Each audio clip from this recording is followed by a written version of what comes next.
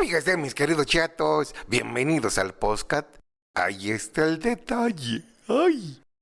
Hola, ¿qué tal amigos? ¿Cómo están? Yo soy Ezequiel y les doy la bienvenida a este espacio donde a través de lo que se pretende sea una amena charla, intentaremos encontrar precisamente ese momento, evento, anécdota o confesión que a todos nos hará decir, ahí está el detalle. El día de hoy es un día muy especial para mí porque tengo de invitada, además de es una familiar, es mi cuñada, es una persona que tiene una experiencia muy grande en el sector de la construcción, que precisamente está aquí para platicar de ese tema. Ella es arquitecta titulada por la Universidad Michoacana de San Nicolás de Hidalgo. Tiene una maestría ¿en qué es?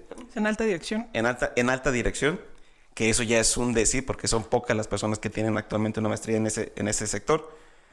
Tiene el cargo actualmente de gerente de obra en una de las empresas líderes en el ramo de la ingeniería. Cuenta con más de 10 años de experiencia en el sector y hoy está aquí para platicar precisamente todo lo que implica trabajar en esa industria. El día de hoy nos acompaña Jessica Morales Viese. ¿Cómo está, Jessica? Hola, Ezequiel. Pues muy feliz de estar aquí contigo. No, pues muchas gracias. Hoy de otra manera estamos coincidiendo, es claro, para platicar.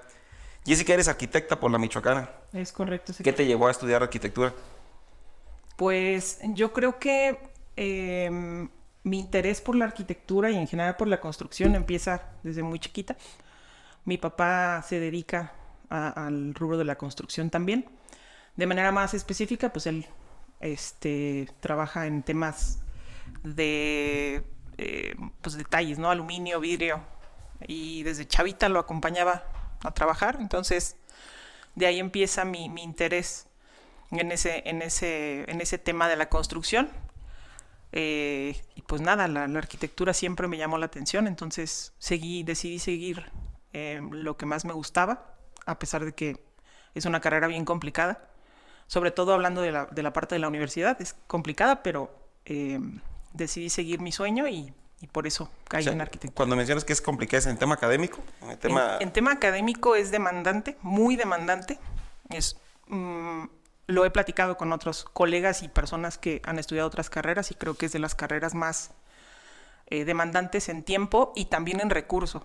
Es durísima, para pagarla es una cuestión bien complicada.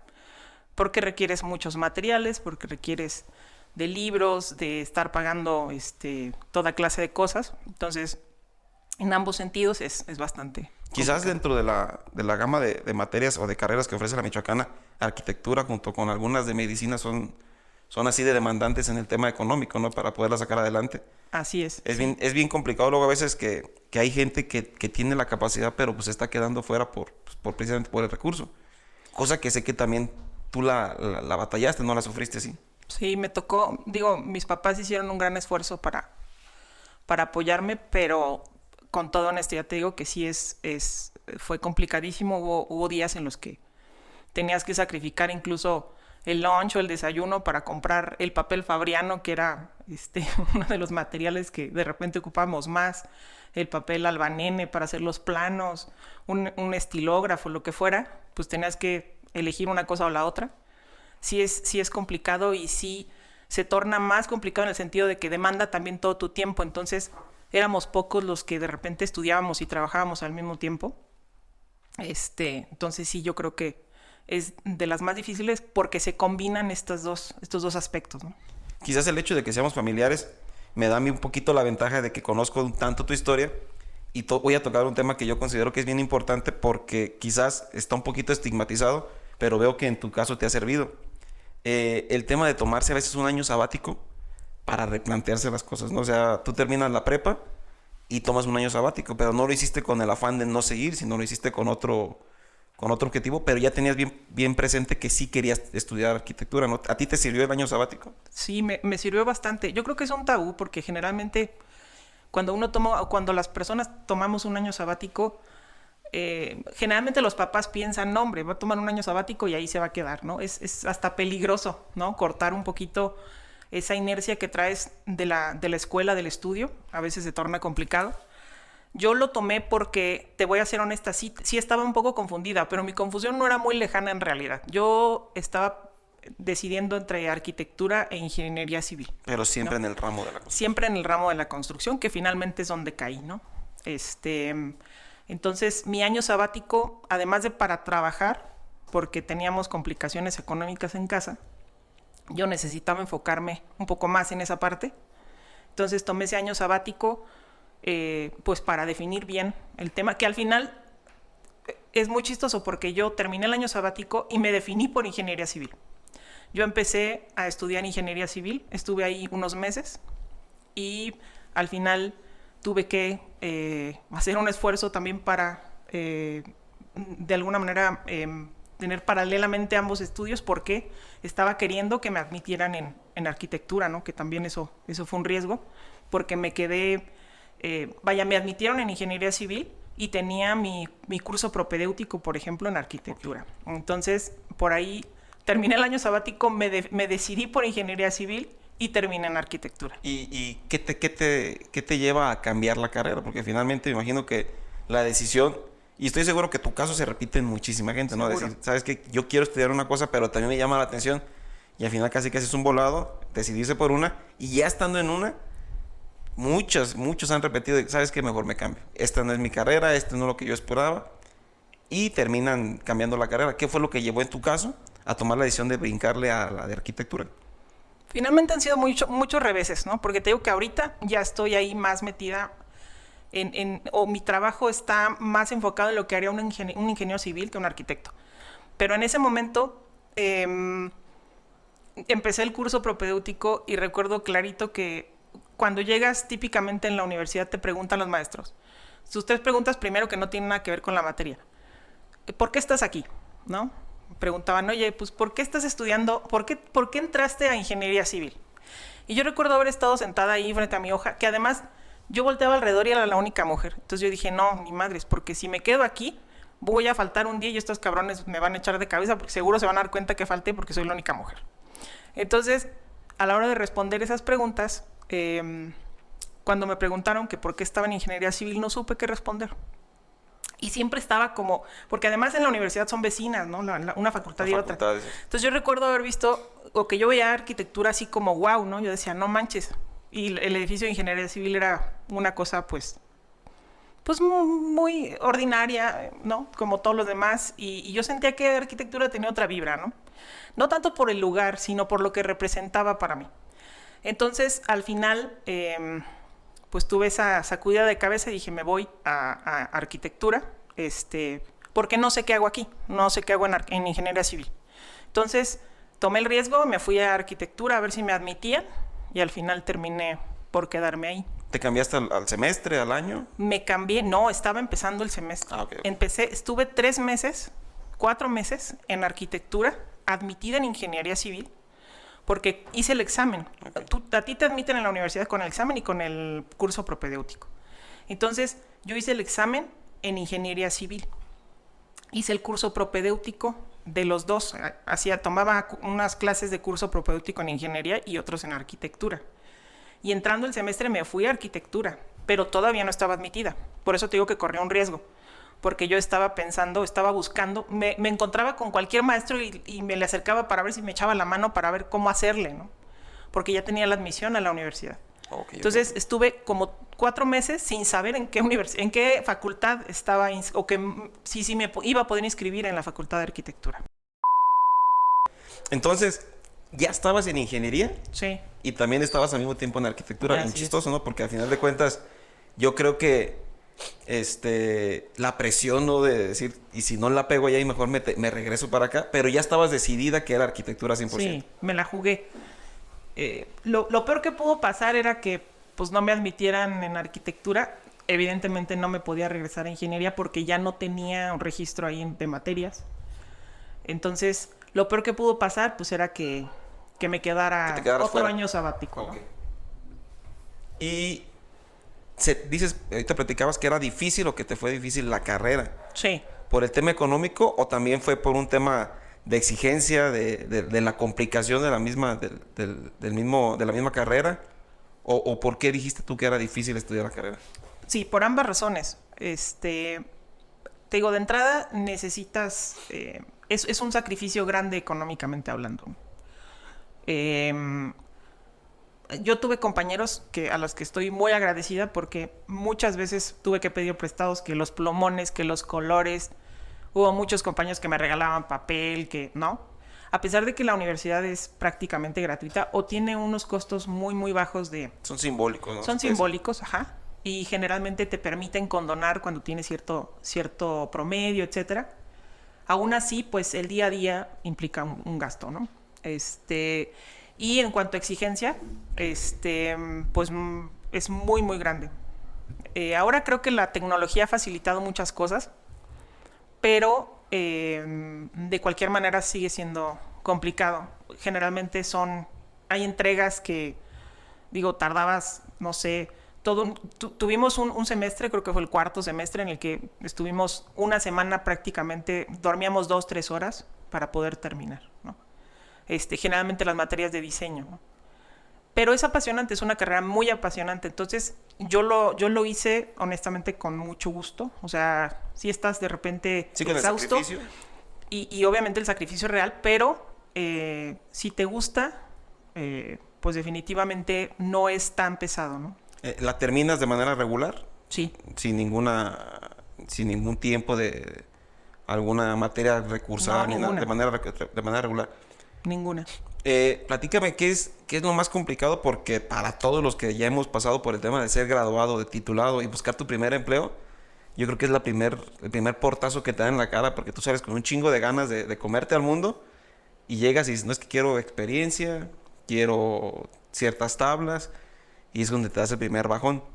Te lo platico porque pues, relativamente eres joven y el puesto en el que actualmente te desempeñas es un puesto en el que se esperaría ya una persona de una experiencia y de una edad un poquito ya mayor para llegar a donde estás. Entonces quiero preguntarte, ¿cómo fue tu primera experiencia al tocar la primer puerta de tu trabajo una vez ya titulada? ¿Cuál fue? ¿Fue un buen sabor de boca? ¿Fue complicado? A ver, platícanos cómo te fue. Pues la verdad es que salir de la universidad con esta carga de trabajo y con esta presión tan grande con la que sales ya el último semestre, ya estás en la escuela 9-10 horas.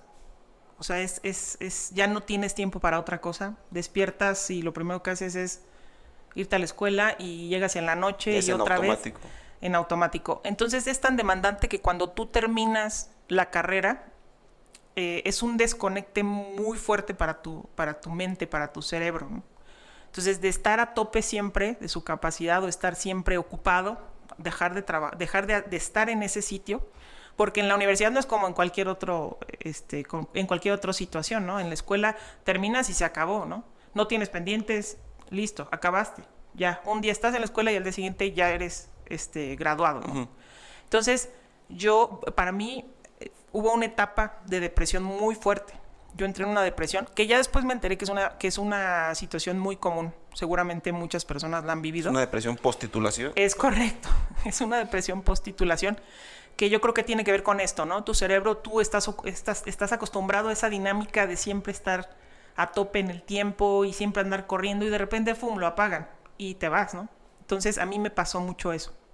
Yo estuve muchos meses deprimida, sin salir de la casa, porque además estás en la universidad y tú piensas que cuando sales alguien te va a tocar la puerta de tu casa y te va a decir, oye, arquitecto nuevo, vengo a ofrecerte el trabajo de tu vida para que hagas el edificio icónico que has estado esperando, ¿no? Por el simple hecho de haberte titulado. Las cosas son bien diferentes en la realidad, ¿no? Tienes que empezar de cero, tienes que empezar a picar piedra y tienes que empezar a abrirte camino. Mi primer trabajo fue casi un año después. Tuve trabajitos de toda serie de cosas, ¿no? Al final de ese año, antes de empezar mi primer trabajo ya como profesional, como profesionista. Ya ejerciendo. Ya ejercer, ajá. Mi último trabajo fue, de hecho, en el taller de mi papá, ¿no? Echándole la mano ahí con las cosas que él hacía, ¿no? Haciendo ventanas, haciendo marcos para toda clase de cosas. Entonces, mi primer trabajo ya como profesionista. Como arquitecta ya. Como arquitecta, fue gracias a una compañera de la preparatoria que me invitó, me dijo, oye, pues yo trabajo en una constructora así y así, y pues estamos necesitando a alguien, ¿no te avientas? Yo me acuerdo que después, o sea, dentro de esa depresión, pues sí añoraba tener un trabajo, pero entras en un estancamiento brutal, ¿no? Entonces, quieres una chamba, pero no la buscas, o no la buscas en el lugar correcto, o no no sé, o sea, como que hay una desconexión. Era parte de la misma depresión, es decir, sí quiero, pero a la vez tampoco quiero. Así es. Entras como en un estado de confort raro, ¿no? Depresión confortable, ¿no? Ahí me quedo, en mi lugar seguro. Y es complicado, ¿no? Porque imagínate, si no hubiera salido de ahí, te quedas en la zona de confort y hay gente que ya no sale de ahí, cabrón. Así es. Sí, entonces yo creo que la vida es así, de varios ángeles en el camino. A mí me tocó que esa compañerita se acordó de mí y me dijo, oye, vente. Me llevó a trabajar y empecé a chambear en una constructora que tenía una constructora muy peculiar, porque a lo que se dedicaba básicamente era gestionar recurso federal y ejecutar obras a favor de los municipios, ¿no? Ahí fue donde empecé mi primer trabajo en el área de proyectos y combinaba por ahí con otra área que se llamaba gestión y enlace. Y me imagino, porque fue ahí donde nos conocimos, Sí. Eventualmente fue en ese trabajo, que te ha haber dado muchas tablas del hecho de estar ahí. Me refiero no nomás en el tema técnico de arrastrar la pluma, sino también en el tema gubernamental y de trámites, ¿no? Que eso yo creo que a la postre te terminó sirviendo para poder llegar a donde estás. Decías tú, no nomás en el tema técnico, sino también en todo lo que tiene que ver con la burocracia y la gestión. Es complicado estar ahí trabajando en ese tipo de puestos donde no nomás es tu trabajo 100% como arquitecta, sino también ya tienes que ver temas extra construcción, que son trámites, papeleo. Me imagino que eso también te dejó una buena experiencia y te abrió las puertas, al final de cuentas, para poder avanzar a donde estás, ¿no? Por supuesto. Yo creo que ese primer trabajo te da tablas, como bien dices, en muchos ámbitos. Te da colmillo primero. Tratar con diputados, con gente de la política, con gente del gobierno, con gente de los gobiernos municipales, te da mucho colmillo. Porque es un ambiente bastante hostil. Parece que no, pero es hostil. Es un ambiente hostil, es un ambiente complicado. Yo creo que las tablas más importantes que yo adquirí en ese trabajo fue el tema de las relaciones interpersonales, ¿no? Cómo tratar, porque además estás chavo, ¿no? Entonces te sientas en la misma mesa que un diputado, que un presidente municipal, que un director de obras públicas de algún municipio. Un secretario de obras. De algún secretario. Entonces tienes que poder hablar el mismo idioma que ellos y tienes que poder entender lo que ellos necesitan y tienes que poderles expresar lo que tú necesitas, y eso es complicado. Además, siendo mujer, además, te digo, sobre todo el tema de la edad, ¿no? Te ven chavo y dicen, uy, ¿no? ¿Por qué estoy tratando con esta chavita, no? Andan buscando, no estará alguien más ahí. ¿Dónde que está me su pueda papá, atender? no? ¿Dónde está su jefe o no? Entonces, esa parte es al principio la más complicada, el tema de la edad. Te ven chavo y no te toman con tanta seriedad, ¿no? Yo creo que eso le pasa a muchos profesionistas. Un doctor, por ejemplo, eso nos pasa a todos. Entonces, ahí en ese trabajo, las tablas más importantes fueron esas. Cómo tratar con personas tan específicas como un político, como Colmilludos, ¿no? colmilludos, ¿no? Que tienen intereses además muy específicos. Cómo tratar ese tipo de gente. Cómo moverte además en este mundo de la política. Y sí, efectivamente, la resiliencia necesaria para trabajar con temas de burocracia, ¿no? Que también son bien difíciles, ¿no? En este país, y me imagino que en muchos, pero en este en particular, la burocracia es un tema... Tiempos, horarios, firmas. Sí, de repente es muy estricto, de repente es desesperante, ¿no? Pero sí aprendes muchas cosas. Ahorita que tocas el tema de la obra pública como tal, me surge una duda, ¿no? Y yo creo que al auditorio también le va a surgir. Cuando llega un presidente, un diputado, a querer que ustedes sean el vínculo para poder conseguir una obra o para ejecutarla, ¿cuál es la obra más recurrente, cabrón? Porque hablamos, la sociedad dice, son obras de relumbrón, que son las que dejan un poquito más capital político. O sea, es que pues quiero una cancha, quiero una techumbre. En tu caso y en tu experiencia en donde trabajabas, ¿cuál era el tipo de obras más recurrentes que pedía la gente? Porque si eso nos puede servir para darnos un ejemplo de que si bien todas las obras son buenas y necesarias, pero quizás son algunas, o los gobiernos se inclinan más por las obras que se ven, que perduran y que tienen un impacto inmediato, ¿no? Casi no se buscan un capital a largo plazo, sino es en el momento. ¿Cuál es el tipo de obra que tú consideras que es el más recurrente en el momento de querer ejercer la obra pública? Yo creo que depende mucho del municipio. Trabajamos con municipios con muchas necesidades donde Incluso hablar de agua potable era lo más importante, ¿no? Pero usualmente son las obras pues populacheras, ¿no? Trabajamos con un municipio de la meseta Purépecha que nos pidió la cosa más rara, querían un skate park, o sea, un parque para patinetas, ¿no? Desconstruimos un skate park. Porque, y no era un político, era un consejo, ¿no? El que estaba... Sí, son de usos y costumbres, ¿no? Es correcto. Entonces, no era como tal una persona que estuviera buscando votos, ¿no? Sino que estaba buscando, pues, darle gusto a la población, ¿no? Y fue así como se logró. Auditorios. La obra deportiva es muy demandada también por los municipios, ¿no? Yo creo que, pero la obra deportiva tiene lo suyo, o sea, es un tema también de rescatar a la juventud, o sea, tiene una doble, Tiene un trasfondo, ¿no? tiene un trasfondo, ¿no? Y yo creo que es muy positivo, pero generalmente buscan ese tipo de cosas.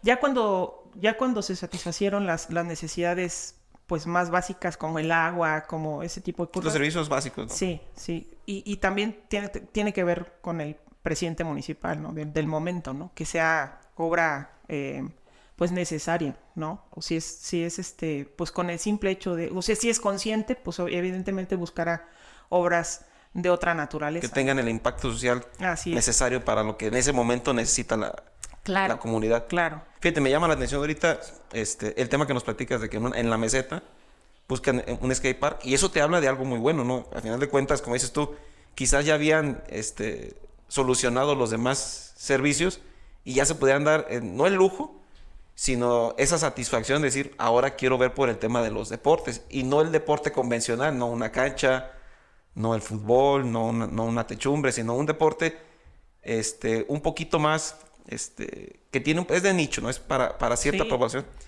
Y qué chingón, ¿no? Que en la meseta se preocupen por la juventud, que quizás no lo vemos tanto en las zonas urbanas, son más las obras de relumbrón, las pavimentaciones, y creo que, me imagino que al momento de hacerla y de ejecutarla y de crearla, te tuvo que haber dejado un sabor de boca un poquito más agradable, no que las demás no lo dejen, pero es a lo que el impacto que iba a tener con la sociedad, me imagino que sí te dejó un poquito más satisfecha en el momento de realizarla. Desde el primer momento en el que entramos a ese municipio, yo creo que fue la experiencia más bonita en ese trabajo. El conocer a esas personas, el que nos recibían en su municipio, en sus casas, ¿no? Nos tuvimos que ir a quedar, me acuerdo, ahí al municipio varios días, no había hoteles, y una de las personas que integraban el consejo nos abrió las puertas de su casa. Nos dejó entrar, nos apoyaron, nos daban todo lo que en sus manos estaba para que pudiéramos trabajar. Y creo que una de las cosas que más recuerdo es que cuando estábamos en el proceso de diseño, porque el departamento en el que yo estaba era el que diseñaba también las obras, cuando estábamos en ese proceso de diseño se nos acercó un grupo de chavos que eran realmente los interesados, y llegaron con una maqueta. Cabrón, Una maqueta de lo que ellos querían, ¿no? De lo que ellos querían ver en el skate park.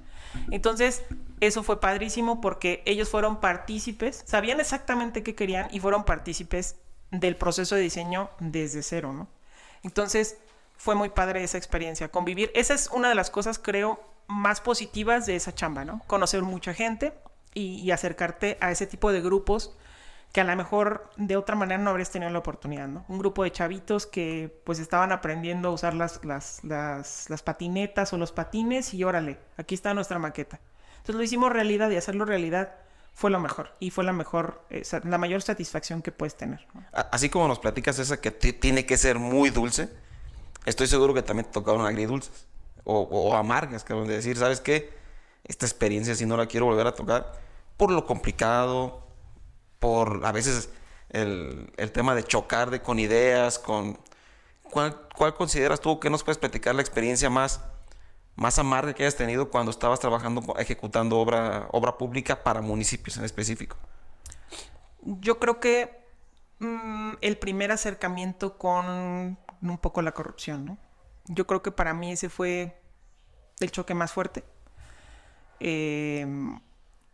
Y fue lo que me hizo decir, ya no me gusta esto, porque justamente empiezas a conocerla de primera mano, ¿no? O sea, te toca verla.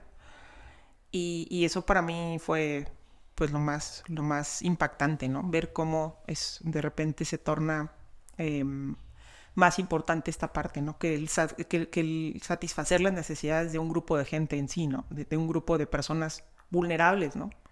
Para mí eso fue de las cosas más fuertes. Quizá el punto de inflexión para que yo dijera, ya no me gusta esto. Hasta ahí me quedo y ya no le sigo, porque si no, a final de cuentas yo creo que sales de la escuela con una visión y con unas ganas de hacer cosas y te topas experiencias tan lindas como lo de la meseta, que lograste un cambio, porque estoy seguro que ese parque generó y hasta el momento lo tiene que seguir generando un cambio positivo en la sociedad.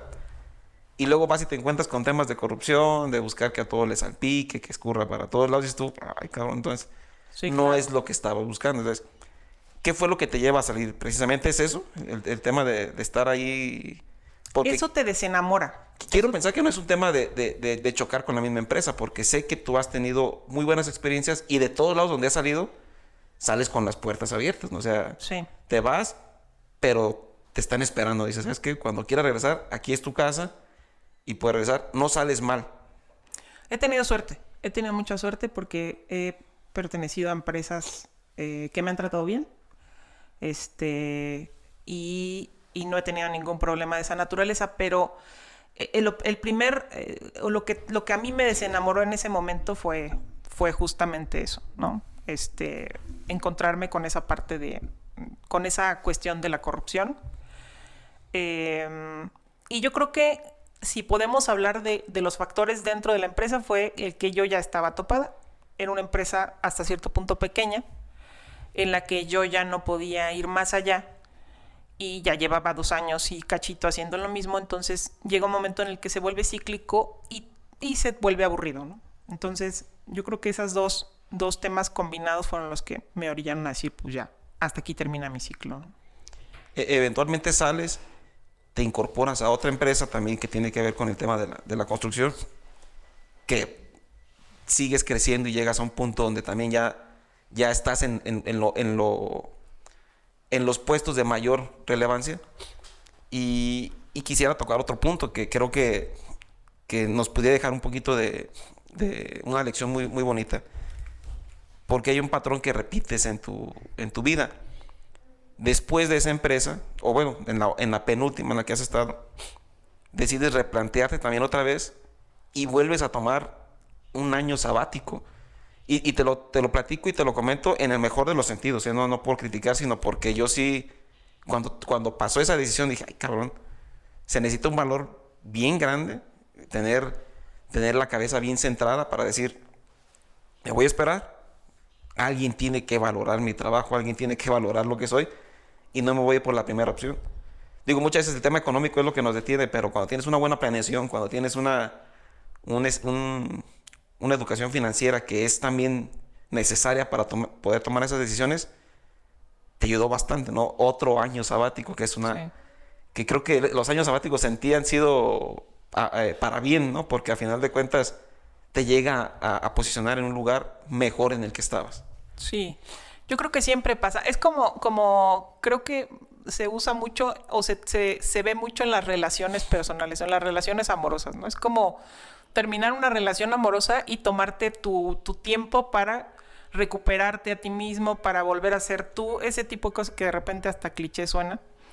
Es real para mí en los trabajos, porque yo creo que es una chamba muy apasionante, muy demandante, y creo que mi familia lo puede constatar. Te absorbe por completo. Entonces, hay muchas cosas que pausas, hay muchas cosas que dejas de lado por atender el trabajo. Cuando dejé ese primer trabajo, también me fui, no un año, pero sí me fui unos meses, a hacer algo totalmente diferente. Dejé esta chamba del recurso, de la obra pública, y me fui a Veracruz, me fui unos meses a Veracruz.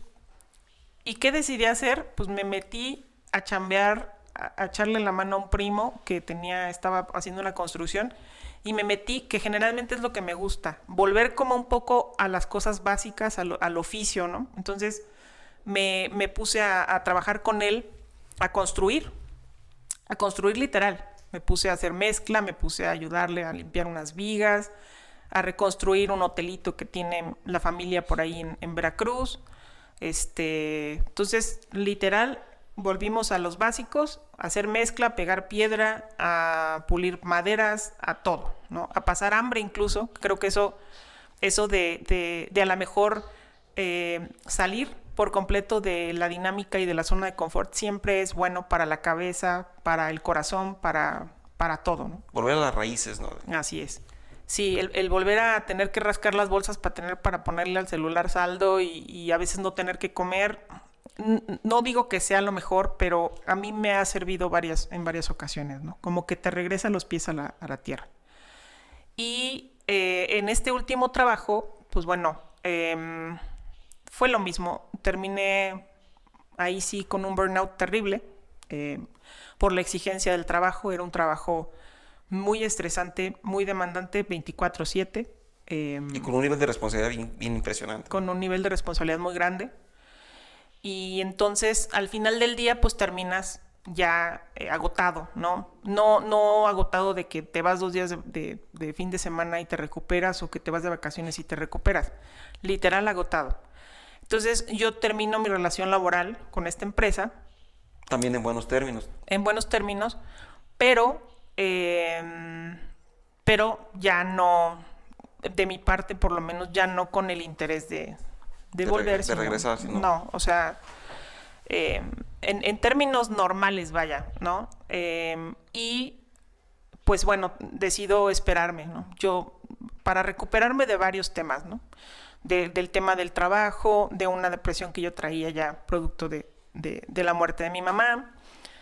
Pasaron muchas cosas en ese tiempo, entonces yo decido tomarme ese año sabático porque yo no me sentía apta para regresar a trabajar. Entonces me esperé para estar tranquila, para que todo esto pasara y para estar pues lista para lo que seguía, ¿no? Que empezó antes de tiempo. Yo planeaba brincar el año. En mi año sabático ya me había comido mi moto, ya me había comido mi fondo de emergencia, pero podía subsistir Pero estabas a gusto. hasta el año. Estaba tranquila, justamente estaba logrando lo que estaba buscando, que era recuperarme, ¿no? Entonces, pues bueno, fue menos de un año, pero sí fueron varios meses que me tuve que acostumbrar a no tener responsabilidades, me tuve que acostumbrar a estar tranquila, a que no me asustara incluso el tema del clima, ¿no? Que es una de las cosas que en el trabajo que tenía era, pues, algo que no puedes controlar y sin embargo te pega mucho, ¿no? Entonces, pues me recuperé y ahora estoy afortunadamente en una nueva etapa con una chamba igual de retadora y pues con todos los nuevos bríos y toda la fuerza, ¿no? Lo platicamos hace tiempo que coincidimos, o que nos vimos en una fiesta, y yo te preguntaba el tema de la brecha salarial en razón de género, ¿no? Y me platicabas que sí es muy marcada, pero también son otras las cosas, ¿no? Los egos, el tema de la edad. En tu experiencia, ¿cómo lo has vivido? ¿Cómo lo has manejado? Estos dos temas, ¿no? El tema de los celos, de la mala vibra en función de la edad, y el tema también de la brecha salarial de la distinción por el tema del género. ¿Cómo lo has vivido tú en la industria de la construcción? Al principio era muy marcado el tema de la brecha salarial. O sea, yo sí estuve en mi primer puesto gerencial, sí tuve una brecha salarial respecto a mis compañeros que eran gerentes también. Hombres. Porque a lo mejor asociado también con la edad. Yo te estoy hablando de que yo tenía 25 años en mi primer puesto gerencial, ¿no? Y evidentemente brincaba un poco el género y también el que yo tuviera 25. Pero la ¿no? misma responsabilidad. Pero ¿no? el nivel de responsabilidad era el mismo. Entonces, al principio sí era mucho más marcado. Existe, y es cierto que existe, pero afortunadamente puedo decir que cada vez es menor. Cada vez esa brecha salarial se enfoca más en otro tipo de cosas, más que en el género, ¿no? Sí tiene que ver, evidentemente, la edad, pues porque es también, va de la mano con el tema de la experiencia, ¿no? Cuando tú vas adquiriendo más experiencia, pues eres apto o eres susceptible de alcanzar mayores beneficios económicos, ¿no? Entonces, eso va acompañado de la experiencia. Digo, no tanto, al final del día y hoy más que antes, la brecha salarial es más por eso que por cuestiones de género, ¿no? Y respecto al tema de la distinción, como bien lo comentabas, yo creo que me gustaría hablar a lo mejor de un discurso sí de género, pero en realidad creo que en la ingeniería, en la construcción, porque yo creo que la construcción, que es más en donde yo estoy, a lo mejor no estoy, yo creo que es como un tercer género, una subdivisión en donde convergen ingenieros y arquitectos. Somos como otra especie, ¿no? Los que construimos, los constructores, que hay ingenieros y hay arquitectos. Y esa pelea de egos que viene arraigada desde la universidad, ¿no? Que los arquitectos se pelean con los ingenieros y que los ingenieros incluso hacen bromas de las preferencias sexuales incluso de los arquitectos, etcétera. Eso se transforma, ¿no? Ya en la praxis se transforma en un tema de ego, sí. O sea, ya ellos solitos o nosotros solitos creamos esas diferencias, pero ya enfocadas en otro tipo de cosas. Y los ingenieros en particular suelen tener pues una personalidad muy específica, ¿no? Sí, son fríos, ¿no?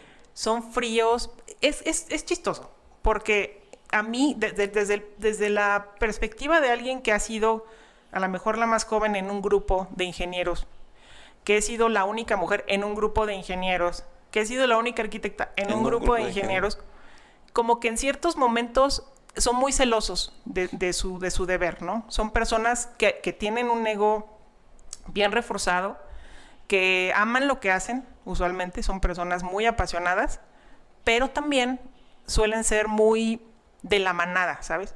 O sea, a mí me ha tocado, yo he tenido la fortuna de tratar con gente, cuando es mi círculo de trabajo, con personas que te acogen, que te arropan, ¿no?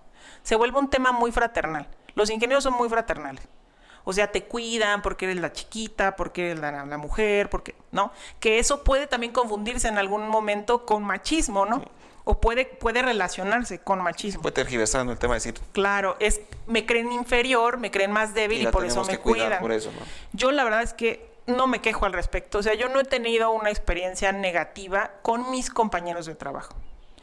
Con compañeros en el mismo nivel de responsabilidad, es difícil que encuentre yo, que haya encontrado algún tipo de discriminación. He encontrado discriminación o he encontrado esas diferencias, a lo mejor viniendo de algún agente externo, ¿no?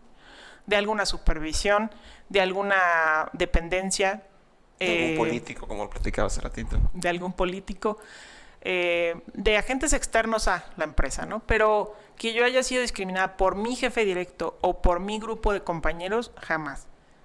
Me he topado sí con gente, incluso con algún subordinado que es resistente al tema de que su jefa sea una mujer o sea más joven, ¿no? Y que a pesar de tratar y de buscarle y de encontrar la forma de tratar de trabajar con esa gente no se logra, pues bueno, tienes que tomar otras medidas, ¿no? Pero la brecha, te digo, es más, tiene que ver más con la edad un poco, porque para la mayoría de las personas el ser joven significa pues que no sabes, ¿no? O que sabes menos. Falta de experiencia. Y se asocia que ahí tiene sentido, tienes menos años, tienes menos experiencia, ¿no? Pero no tienes menos capacidad. Y la ingeniería y la construcción sobre todo, no la ingeniería, la construcción es un tema que está íntimamente relacionado con el sentido común. Entonces ahí yo creo que más que tu edad es eso. O sea, ¿qué tanto sentido común tienes para poder resolver lo que tienes que hacer? Sí, hay criterio, pero son exactas, pues no hay, es verde, no se puede mover para un lado o para otro. En muchos casos sí. Hay normas que justamente te marcan estándares para hacer las cosas, pero los problemas los tienes que resolver con lo que tienes y en el momento. Y ahí sí puede ser de todos los colores, ¿no? ¿Tú consideras o crees que tu éxito laboral vaya de la mano con los grados académicos que tienes? Te lo pregunto por lo siguiente: tienes una maestría que va enfocada precisamente en ese tema, en el tema del tema gerencial. Y donde estás tú actualmente, pues eres gerente de obra. Si no tuvieras esa maestría como tal, ¿estarías ahí o te tardarías más en llegar? Yo estoy segura de que el estudiar una maestría me dio evidentemente muchas herramientas, ¿no? Más que herramientas técnicas, porque es una maestría pues que tiene que ver con la administración, es un MBA también. Entonces, más que esas herramientas técnicas o para administrar la obra como tal, me dio muchas tablas en temas de liderazgo, que es lo más valioso y además también es lo más difícil, ¿no? El liderazgo para mí es el reto más importante y ahí sí me abonó muchísimo la maestría. Entonces, a lo mejor yo no sé qué tanto ha sido para quien me elige decir, por tu maestría, ¿no? Ven y ayúdame en este puesto, ¿no? Lo que sí te puedo decir es que creo que ha sido mucho más sencillo para mí llevar mis funciones a cabo con un equipo de trabajo, hacerlo lograr objetivos gracias a que tuve la maestría. Y fíjate que el sentido de la pregunta iba no tanto por el hecho de decir, en su currículum tiene maestría, sino ya en la práctica se tiene que ver, ¿no? O sea, los conocimientos y lo que la maestría te dejó, pues lo estás aplicando. Y te lo pregunto por lo siguiente, porque ¿cuánta gente no hay actualmente que tienen su título y ellos piensan o consideran que deberían estar un poquito más arriba, pero les falta algo, ese empujoncito? Entonces el hecho de decir, pues sí invierte de tiempo y dinero en continuar preparándote para que descartes el por qué no voy. Quizás me hace falta en este caso una maestría de gerencial y tú quieres lograr ese puesto, pero no te lo da la misma dinámica del trabajo, pues por ahí hace falta no meterle, gastar un poquito de tiempo, de dinero para buscar lograrlo. O sea, nunca dejar de prepararse. Pues, yo creo que eso es bien importante, porque siempre hay áreas de oportunidad que cubrir. Para mí, yo decidí estudiar una maestría, siempre quise hacerlo porque creo que a estas alturas del partido, quedarte con una licenciatura es insuficiente. Y yo elegí una maestría que a lo mejor en apariencia dista de lo que yo hago, ¿no? O sea, dices, bueno, pues es que lo que tú haces en el día a día, pues es meramente técnico, es puro y duro, es construir, ¿no? ¿Qué demonios tiene que ver, ¿no? Una alta dirección o un MBA, una maestría en administración de negocios con esto? Y es justamente ahí donde entra el tema de... el liderazgo. Es correcto. O sea, yo creo que yo pensé, a ver, mi perfil necesita complementarse. Todos los perfiles de todos necesitan complementarse. Pero yo me conozco y digo, bueno, pues mi perfil necesita complementarse en esta parte, ¿no? En esta área, que es la administrativa. Tengo cero idea de cómo cuidar el recurso. Tengo cero idea, a lo mejor... Yo creo que el tema del liderazgo, que es una discusión que creo que va a ser eterna, es de decir, pues el líder nace o se hace, ¿no? Yo creo que hay una parte con la que naces y hay otra que aprendes y la aplicas, ¿no? Entonces yo tenía esa necesidad de reforzar lo que yo creía que era el liderazgo y de aprender nuevas técnicas para llevarlo a buen puerto. Entonces yo elegí esa maestría porque yo creo que es el área de oportunidad más grande que yo tenía. A lo mejor en la parte técnica que siempre puedes seguir aprendiendo y yo tengo una brecha muy grande, ¿no? Que aprender. Todos tenemos siempre que hacerlo, pero yo elegí esa carrera o esa maestría precisamente porque para mí era lo que más me faltaba, ¿no? Y yo creo que ahí está el tema, que generalmente cuando estás en un trabajo o cuando desempeñas una profesión técnica, como es la construcción, como una ingeniería, como la arquitectura como tal, para dar ese brinco siempre es necesario aprender a manejar el recurso, la lana. Al final del día, todas las empresas para las que todos trabajamos tienen una finalidad y es una de las cosas más importantes que yo aprendí en la maestría, y es generar utilidad. Es un negocio. Todas las empresas están y son para generar utilidad, todas. Si no, serían otra cosa. Entonces, uno trabaja para una empresa o va a formar una empresa. Entonces, si tu parte técnica está cubierta y eres muy bueno técnicamente, pero tienes cero idea de cómo manejar el recurso, ya sea financiero o recurso humano, que es ahí donde entra la parte de liderazgo, estás fuera o te va a costar mucho más trabajo. Entonces, yo creo que la mejor decisión que yo pude tomar respecto a mi carrera fue tomar o elegir esa maestría y estudiarla, porque justamente me ayudó a complementar mi perfil. Ahora busco complementar y seguirme preparando, pero ya en temas mucho más específicos, ¿no? Complementando mi perfil con la parte administrativa, creo que di un gran salto en cuanto a abrir mi cabeza y poder hacer mi trabajo de otra forma, ¿no? Cuando estás en la parte técnica, por ejemplo, cuando yo no había hecho la maestría aún y estaba construyendo, a lo mejor le quitas un poco de importancia a la parte del recurso. O sea, dices, voy a construir, chingón, voy a construir y te vale un poquito el recurso hasta que llega alguien y te dice, oye, ya te acabaste el recurso. O estás gastando mucho, o tus resultados están saliendo así, ¿no? Y después de la maestría dices, la lana es muy importante, tienes que hacer la obra con calidad en tiempo, pero tienes que cuidar la lana, ¿no? Entonces, eso creo que es el plus que todas las empresas buscan. Una persona que pueda igualmente llevar a cabo la parte técnica, pero cuidando lo más importante para la empresa. No, y creo que como todo, ¿no? El hecho de que tengas la maestría, el papel no te hace diferente. Lo que te hace diferente es desarrollar los conocimientos que tuviste y aplicarlos en la vida diaria. Actualmente tenemos la tecnología que va creciendo a pasos agigantados, de manera exponencial. ¿Tú ves o consideras a la inteligencia artificial más como un aliado o como un enemigo potencialmente, hablando del tema en el tema de construcción? Te lo digo porque ha empezado ese debate actualmente de que si la inteligencia artificial o te ayuda no te llega a reemplazar, pero sí te puede empezar a relegar. ¿Cuál es la opinión que te merece a ti el tema de la inteligencia artificial, de los recursos tecnológicos para apoyarse? Porque platicamos, insisto, la vez pasada que nos vimos, el tema de cómo ahora puedes captar en tiempo real y dejar un registro de una explosión en tu trabajo, ¿no? Cosa que hace años era o desde un helicóptero o no lo hacías. Y que realmente te ayuda para llevar una bitácora, para tener un registro de qué es lo que sucede. En ese caso, pues te está apoyando la tecnología, ¿no? Pero yo creo que sí hay mucha gente que le tiene un poquito de temor o de recelo al tema de las tecnologías y de la inteligencia artificial. ¿Cuál es la opinión que te merece a ti el tema de la inteligencia artificial como herramienta o como un posible, pues sí, una eventual amenaza en tu profesión?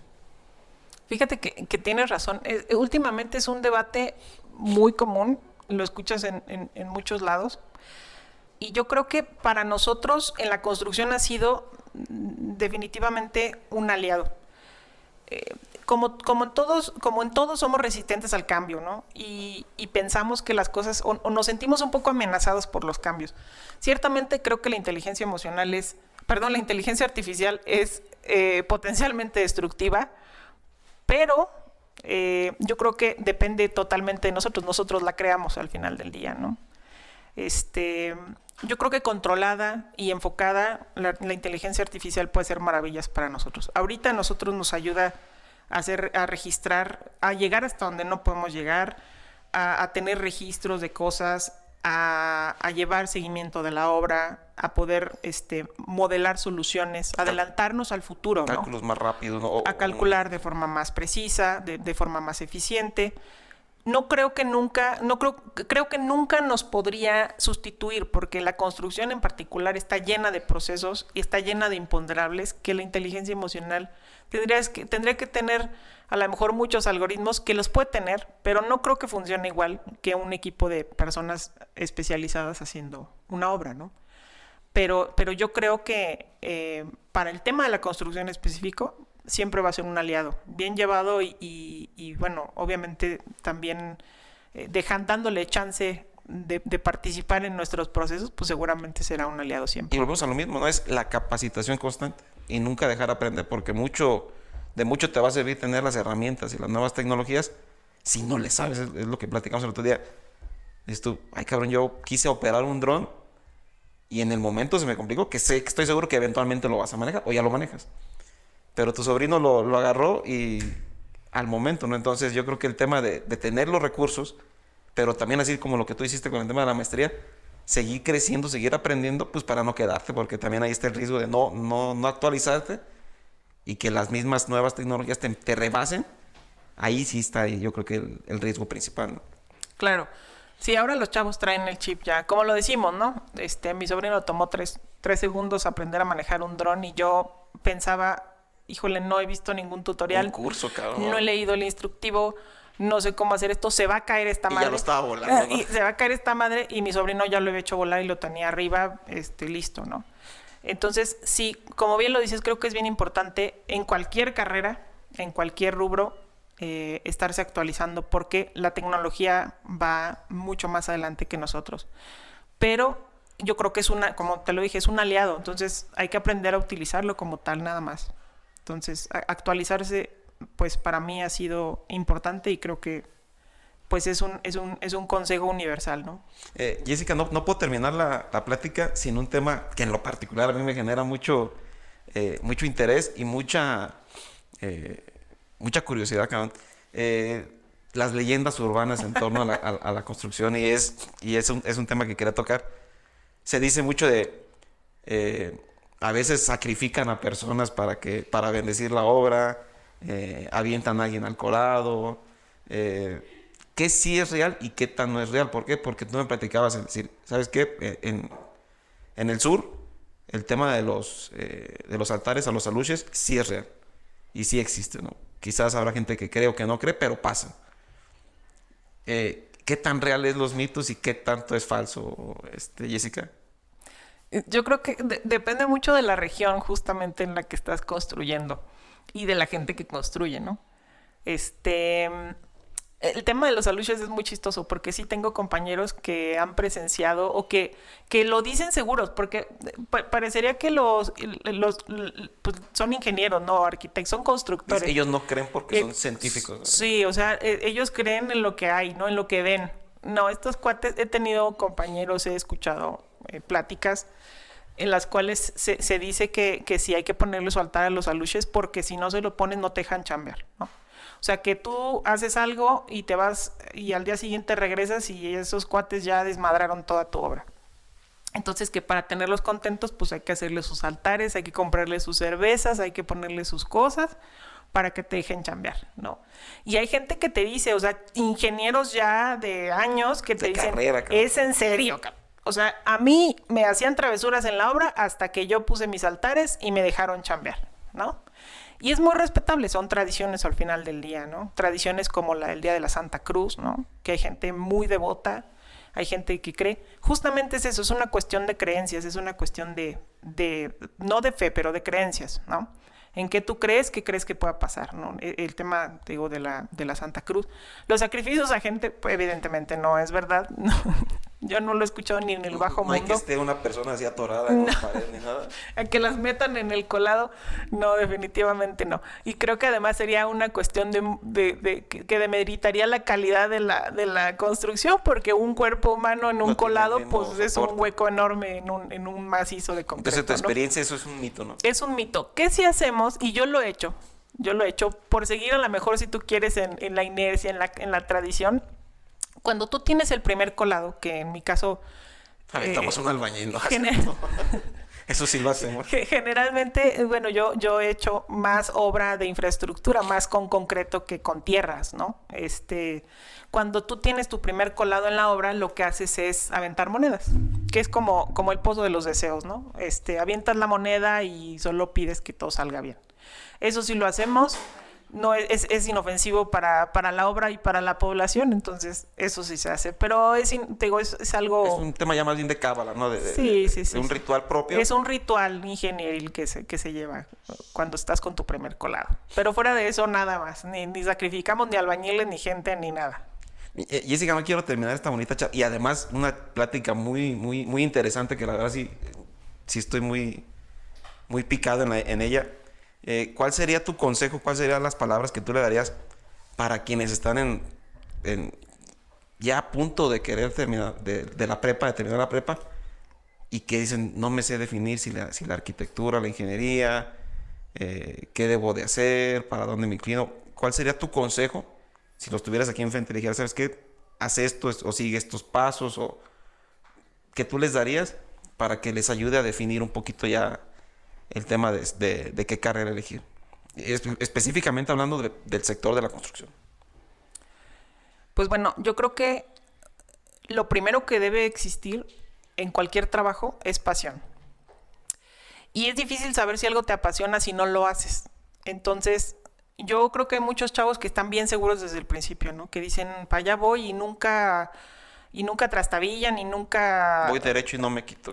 Y lo hacen y son geniales en lo que hacen.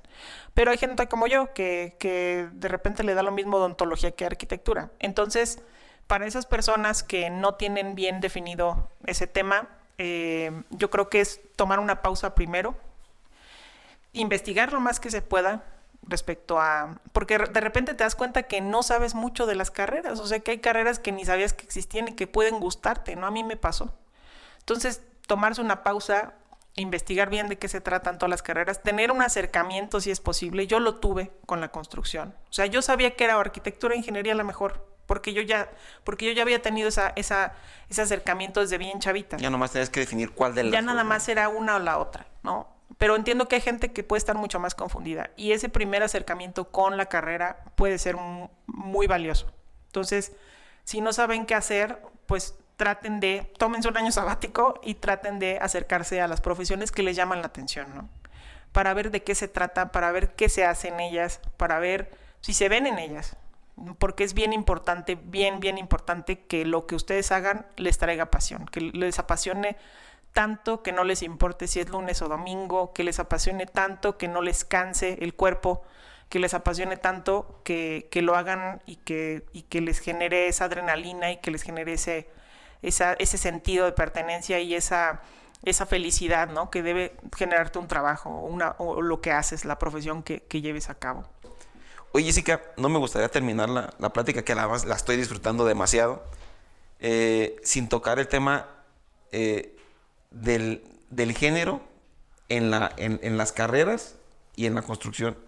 No sé cuál sería tu opinión, qué te gustaría decir, qué te gustaría comentar específicamente de ese tema que no lo hemos tocado todavía. Bueno, pues creo que eso es bien importante porque afortunadamente en estos tiempos creo que ese tema de la discriminación de género en las carreras se va haciendo más chiquita. Yo creo que en la construcción responde más a un tema de lo que culturalmente hacemos las mujeres y los hombres, los roles, ¿no? Es difícil para una mujer pertenecer o trabajar en el rubro de la construcción, no porque no seamos buenas, no porque no podamos, no porque... Yo creo que tiene que ver con que las mujeres o los constructores generalmente vamos tras las obras, ¿no? Yo no puedo vivir, yo hace 12 años que no vivo en la ciudad en la que nací, ¿no? En mi ciudad natal o con mi familia.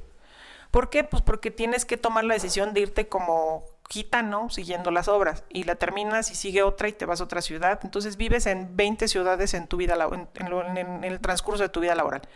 Para una mujer eso es complicado, sobre todo si hablamos de una mujer que ha decidido casarse y tener hijos, ¿no? ¿Por qué? Porque generalmente los hombres, los esposos, los maridos, pues también tienen que chambear y tienen que hacer lo suyo. Entonces ahí es donde entra este conflicto, ¿no? Para una mujer es complicado. Pero también creo que puede existir un poco de miedo o justamente de pensar que por ser mujer puede ser más complicado.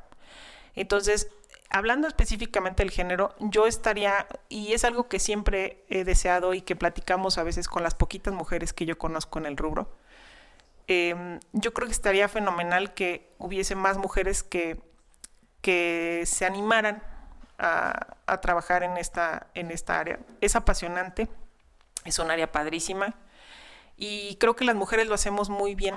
Creo que solemos tener cualidades que funcionan bien con la construcción. Que rompan un poquito ese tabú y que se vengan a chambear para unirse a un equipo de trabajo.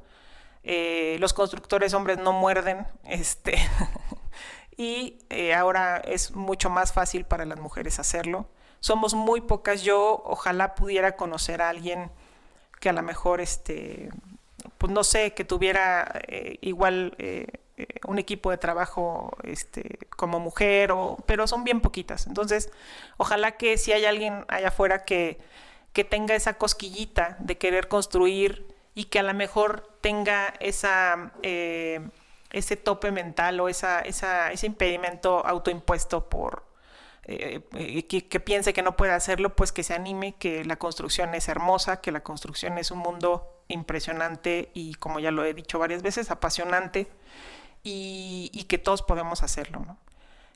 Que le pierdan el miedo, que le pierdan un poquito, que salgan de su zona de confort, porque eso sí, no van a entrar en una zona de confort. Es un trabajo que todos los días es cambiante, es completamente, pues todos los días hay imponderables, ¿no? Todos los días te sorprende, todos los días hay un problema nuevo que resolver, y eso es lo que lo hace padre. Entonces, que le pierdan ese miedo, que den el paso, que den el brinco y se atrevan a empezar desde abajo, pero que seguramente con la pasión suficiente y la voluntad y la actitud necesaria, pues lo van a lograr. Y que seguramente pasa más por un tema en el tema, ya cuando estás en la etapa decisiva que vas a estudiar y con algunos asesores o con tu mismo entorno, la ceguera de taller, el estigma de decir, ¿cómo te vas a ir al tema de la construcción? Como si es culturalmente e históricamente ha sido un tema de hombres. Pero estoy seguro que hay mucha gente, muchas mujeres que dicen, yo quiero ser ingeniera, quiero ser arquitecta y quiero andar en obra. O sea, que yo quiero ejercer y quiero andar en obra, pero pues el qué dirán. No me vayan a empezar a señalar, no me vayan a empezar a coartar, me vayan a empezar a decir, no, pues tú no puedes ir a ese lado. Y el hecho de que tú nos platiques hoy tu experiencia, estoy seguro que a muchísimas personas, a los que nos vean, les va a abrir un poquito más los ojos. Y ojalá que podamos ayudar para que quien tenga esas ganas de estudiar y que diga, no, es que ¿cómo voy a ser ingeniera? ¿Cómo voy a ser arquitecto? Que le entren, ¿no? Porque al final de cuentas, bien dices tú, hace falta más mujeres en el tema de la construcción. Las mujeres somos muy valoradas en la construcción, porque como lo dije hace un rato, tenemos cualidades muy específicas. Y eso a las personas, a la gente allá afuera lo valoran bastante, ¿no?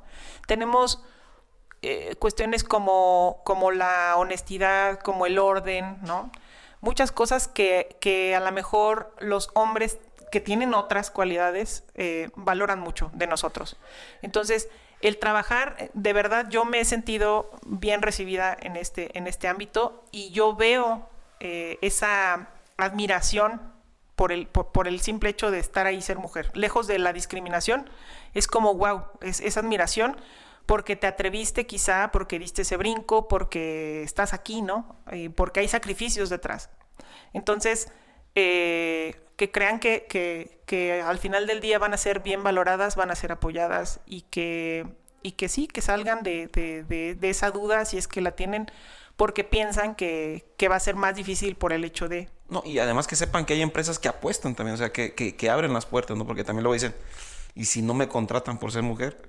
Caso hoy es gerente de obra de una de las empresas más importantes de la construcción. Quiere decir que las mismas empresas están dispuestas y están buscando a quien tenga las ganas y el deseo, invariablemente del sexo, ¿no?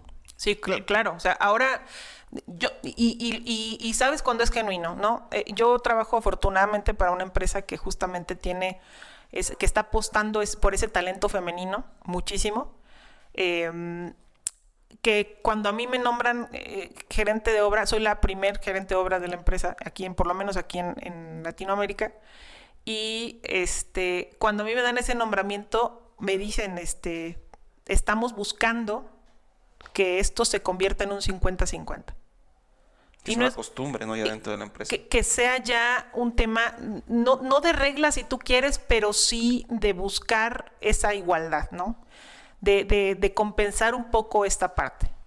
Repito, no porque los hombres no tengan cualidades, virtudes, y hacen cosas y tienen cualidades impresionantes, pero esta parte de buscar que haya más mujeres, de hacerlo más inclusivo, está fenomenal, y creo que abona para cualquier empresa. O sea, el tener talento y tener las cualidades de un género y del otro y de los que sean, siempre es bueno y siempre abona, ¿no? Siempre será para bien de la empresa. No menospreciar al hombre por decir, no quiero por supuesto matar, que no. sino el hecho de decir, están las condiciones parejas, pero pues vénganse, anímense, cabrón, porque aunque tenemos las mismas condiciones, no hay quien se anime. Entonces, tanto lo puede hacer un hombre como una mujer, pero en este momento sí me gustaría que hubiera más mujeres que se animaran por el simple hecho de cambiar la idea y el colectivo, decir, sí puede una mujer estar en el mundo de la construcción. Por supuesto. Como dices, no demeritamos las cualidades masculinas, que yo soy la principal admiradora de lo que los ingenieros o de lo que los constructores logran y lo que ellos hacen. Yo tengo un equipo que es mayormente masculino y los admiro a todos. Pero siempre hace falta esta parte, ¿no? Hacen falta compañeras que vengan a sumar y a poner los hombros y a romper esos estigmas, ¿no? Creo que siempre será bueno permitir que haya de todas las ideas, ¿no? Y el poder femenino es de otro planeta, ¿no? Yo creo que tenemos una voluntad muy grande, yo creo que tenemos fuerza, una fuerza interior indescriptible también, a lo mejor físicamente no, pero tenemos, como lo dije, ya muchas cualidades y muchas características que son propias del género. Entonces, No, y además... perdón. No, adelante, Sí, no, adelante. perdón, y además a la sociedad le hace un bien que se rompan esos paradigmas. Es decir, ¿sabes qué? Puede haber hombres que entren a la cocina, ya los hay, el tema de chef, como puede haber mujeres que también entren al tema de la construcción. Es decir, no por el hecho de ser hombre tienes que hacer esto o tal cosa, sino decir, ¿sabes qué? Todo mundo puede hacer lo que les dé la gana y lo que les nazca hacer, entonces. Y también a esas mamás que están teniendo sus bebés chiquititos, que desde pequeños les enseñen, o mejor dicho, no les enseñen a diferenciar esa parte. Yo crecí en una casa en la que mi papá lavaba los trastes y mi mamá salía a trabajar. Y mi hermano, que es el único hombre somos 3 mujeres y un hombre, mi hermano lavaba trastes igual que nosotros y tenía tareas igual que todos. Yo crecí en una familia en la que no había esa distinción quizá, ¿no? Nos trataban igual hombres o mujeres y creo que eso traspasó en mi cabeza y en mi... Terminó por O sea, influir. para mí no hubo un impedimento. Yo nunca pensé... Más bien yo me puse los límites por pensar que yo estaba y que me faltaba experiencia, que tenía que aprender mucho más. Hoy lo sigo creyendo, pero eso es harina de otro costal. Pero yo crecí en una casa en la que no había distinción por ser hombre o mujer. Y con eso crecí y con eso vivo hoy, pensando en que no hay una distinción. No trato a los hombres diferentes, no permito que me traten diferente. Y yo creo que eso es importante desde la casa, desde la crianza. Que las niñas y que los niños entiendan que somos iguales, que podemos hacer las mismas cosas. Como dices, puede estar un hombre en la cocina y una mujer haciendo obra y no pasa nada, ¿no? Jessica, te agradezco bastante que has estado con nosotros. Créeme que es una plática que he disfrutado muchísimo, de las más bonitas, de las más reconfortables, y creo que nos deja un mensaje muy bonito, precisamente el tema de que hay igualdad y que las puertas se le tienen que abrir parejo para todos y para todas. De acuerdo. Sí, gracias a ti por la invitación, Ezequiel. Yo también lo disfruté muchísimo. Es algo que para mí es nuevo. No había estado nunca frente a las cámaras y tenía muchos nervios al inicio, pero me he sentido muy cómoda y muy contenta de poder platicar un poco o de abonar un poquito a esto. Y sí, pues a los que están allá afuera nada más que recuerden que pues no hay límites, que no se autoimpongan límites, que no se autoimpongan reglas, que pueden hacer, como dices, lo que quieran y lo que sueñen y si se lo proponen y si tienen la voluntad lo van a lograr. Entonces, adelante para todos. Pues ya lo sabe, yo soy Ezequiel. Ahí está el detalle del podcast. Suscríbase al canal, dele click a la campanita, eso es importante para que nos notifique cada vez que subimos un contenido nuevo. Y les agradecemos al público, al final de cuentas, los poquitos o muchos que tenemos. Este contenido es de corazón y esperamos que les sirva de algo. Hasta la próxima.